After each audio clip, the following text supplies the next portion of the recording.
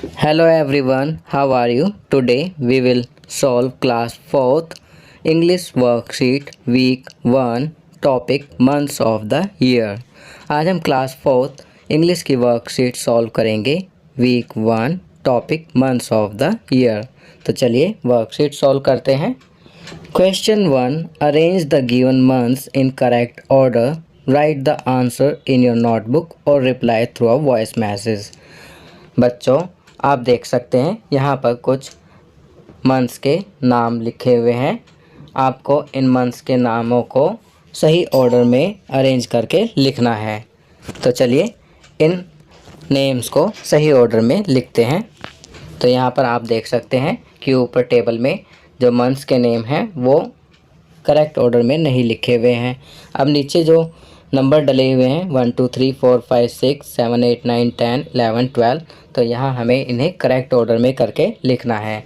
First में लिखेंगे जनवरी, फिर फरवरी, थर्ड में मार्च, फोर्थ में अप्रैल, फिफ्थ में मई, सिक्स्थ में लिखेंगे जून, सेवन्थ के आगे लिखेंगे जुलाई, 8 अगस्त, 9 सितंबर, 10th अक्टूबर, 11th नवंबर, 12th दिसंबर। तो हमारे ये सभी मंथ्स के नेम करेक्ट ऑर्डर में लिखे जा चुके हैं। There are 12 months in a year. चलिए आगे बढ़ते हैं। Question 2, fill in the blanks with correct name of the months. खाली स्थान को सही मंथ्स के नाम से फिल करना है। फर्स्ट है last month of the year is, तो यहाँ लिखेंगे दिसंबर। Second, Holi is celebrated in the month of dash, इस महीने में होली मनाई जाती है, तो यहाँ लिखेंगे मार्च। थर्ड, डैश कम्स आफ्टर जुलाई, ये महीना जुलाई के बाद आता है, तो यहाँ लिखेंगे August. Fourth, my birthday is celebrated in the month of dash, तो बच्चों यहाँ पर आप उस मंथ का नाम लिखेंगे जिस मंथ में आपका बर्थडे जन्मदिन आता है। मैं यहाँ मार्च लिखूँगा क्योंकि मेरा बर्थडे मार्च में आता है। Fifth, Gandhi Jayanti comes in the month of dash, इस महीने में गांधी जयंती मनाई जाती है, तो यहाँ लिखेंगे अक्टूबर। चलिए आगे बढ़ते हैं। Life skills, respect for nation. There are 3 colours in our national flag, हमारे राष्ट्रीय ध्वज में 3 कलर हैं, saffron, white, green and the blue Ashoka Chakra in the middle of the flag. तो 3 कलर कौन कौन से हैं? सैफरन केसरिया, वाइट सफ़ेद, ग्रीन हरा, और इसके बीच में अशोक चक्र है जिसमें 24 स्पोक्स 24 तीलियाँ होती हैं।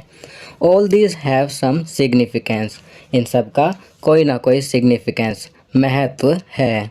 लेट्स लर्न, चलिए सीखते हैं। Saffron, saffron stands for strength and courage, जो केसरिया रंग है वह स्ट्रेंथ एंड करेज के लिए है। फिर वाइट स्टैंड्स फॉर पीस, सफ़ेद शांति के लिए, पीस के लिए है। Green stands for prosperity, green colour prosperity के लिए है।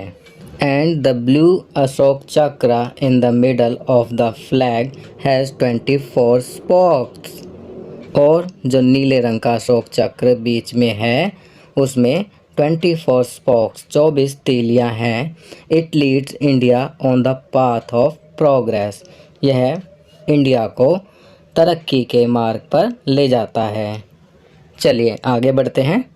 अब यहाँ पर कहा गया है there are some rules that are to be followed in respect of our national flag, हमारे राष्ट्रीय ध्वज के लिए कुछ रूल्स बनाए गए हैं जिनका की पालन किया जाना चाहिए।